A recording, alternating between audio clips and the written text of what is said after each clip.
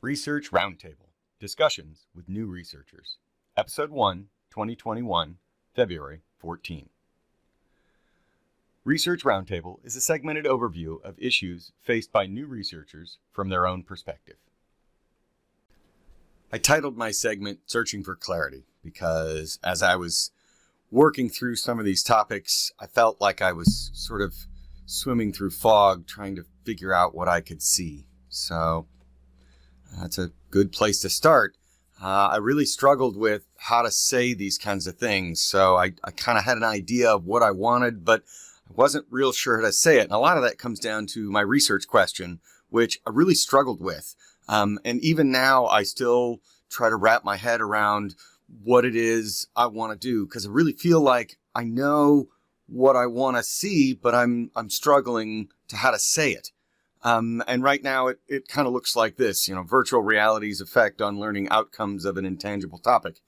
And I have examples of things like, if you were to teach chemistry, you can see a fire, but I can't watch the chemistry happen because it's, down at the atomic level. We have models for it, but I can't actually see it.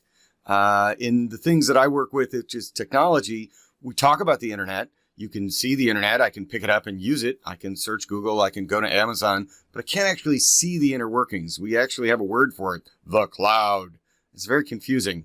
And it hides things, right? That's what a cloud does, is it sort of obfuscates things so you don't, abstracts it so you can't see it. And I'm trying to dig through that with students to try to make them understand it. So that can be very confusing. But again, with a research question, I really felt like I was struggling, that there's a question, but I can't seem to figure out how to give it voice. So I thought a lot about how do I put the parts that I've been given in my education, the things I've learned. I've got a lot of options. I've got learning models and methods and methodologies, and I've been talked to about the right way any number of times by any number of faculty. But at the end of the day, I'm the one that's designing this research study, and I've got to pick and choose the parts that work for what I want to do and how I want to do it. And that can be daunting, I think is the nice way to say that. So I've been, working my way through what do I have and what do I not have. And these are the current things that I believe I know, but I'm not sure. I'm a cognitivist in this topic. And I've read a ton about the theory of multimedia learning from Mayer, and I feel that what I want to study is going to fit very well into there as I work through primary research questions. On the other hand, I think there's a lot that says, things about the quality of what the student's learning, and that needs to be investigated. And so secondary and intersectional research questions I have not quite wrapped my head around yet. Some of the things that I know I need to look into more closely and more. We've been encouraged at this at every turn in my education. What have others already done? What's already out there? Don't reinvent the wheel. Make sure you understand what's there first, and literature search and literature reading, and understand the current state of the literature, as well as all the learning models and the history that goes with those are very important. And when it came to trying to wrap my head around what's my research question, lots and lots of time was spent digging through databases of papers and reading papers and dissertations and, all that kind of stuff in order to find a similar perspective. And I discovered there were a lot of people that had done research on intangible topics.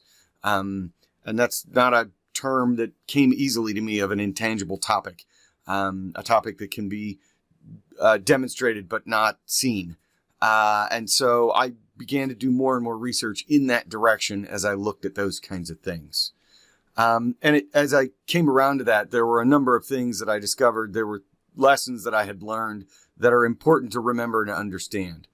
Talking to others about the research struggle, community really matters. And it doesn't have to necessarily be a community of researchers, although that really can put the right vernacular and the right perspective on it. But I spoke with my wife, I spoke with my colleagues, I spoke with my close friends about it, and they were all really helpful in trying to shed light and shed understanding as I spoke with them about it.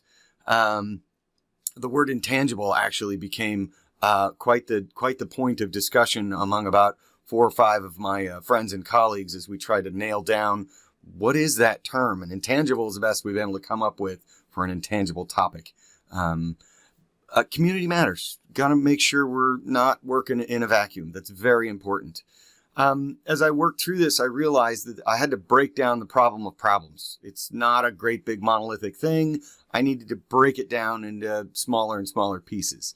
Language matters. And so as I got into the smaller and smaller pieces, I used a thesaurus a lot because I would find words that seemed to mean what I thought they meant, and I would look them up and they wouldn't.